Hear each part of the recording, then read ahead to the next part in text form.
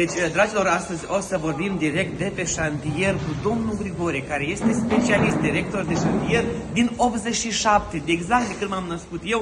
Are o experiență foarte vastă în tot ce înseamnă construcția unui bloc calitativ și rezistent. Tocmai de aia o să aflăm de la el cum se desfășoară procesul de zidire, de ridicare a acestui bloc cu 13 etaje. Domnul Grigore, bună ziua! Bună ziua! Spuneți-ne adevărul!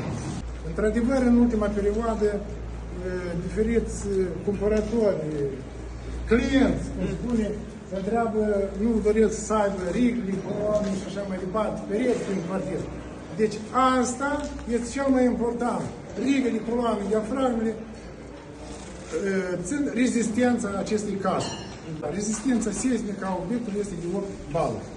Adică blocul respectiv, în caz, Doamne ferește, ceva, ele în caz de 8 grade, blocul rezistă. Cumva, ce spuneți dumneavoastră despre ideea că în ultima perioadă foarte mulți zic că blocurile acum care se fac nu sunt rezistente, alea vechi sunt probate și cumva sunt mult mai calitative?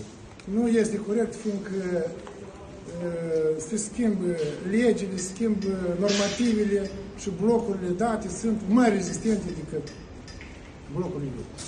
Deci zilnic ne aflăm la obiect, dirigintul șantier, responsabil tehnic, proiectantul, la care ducem toate supravegherea, executării lucrărilor, fără niciun fel de abatere de la proiect. Dragilor, după cum bine știți, în ultima perioadă, tot mai multe persoane care vor să investească într-un apartament. Prima întrebare este cât de rezistent este viitorul bloc sau blocul respectiv în caz de, Doamne ferește, un cutremur. Și chiar dacă noi cumva, atunci când cumpărăm un apartament, vrem să fie cât mai puțini rigli din astea, ei de fapt sunt foarte importante, pentru că anume riglile și împreună cu diafragma, acești pereți care sunt foarte importanți pentru rezistența unui bloc, ei de fapt fac ca blocul să fie cât mai solid și în caz de, Doamne ferește, un cutremur, el să se mențină la 100.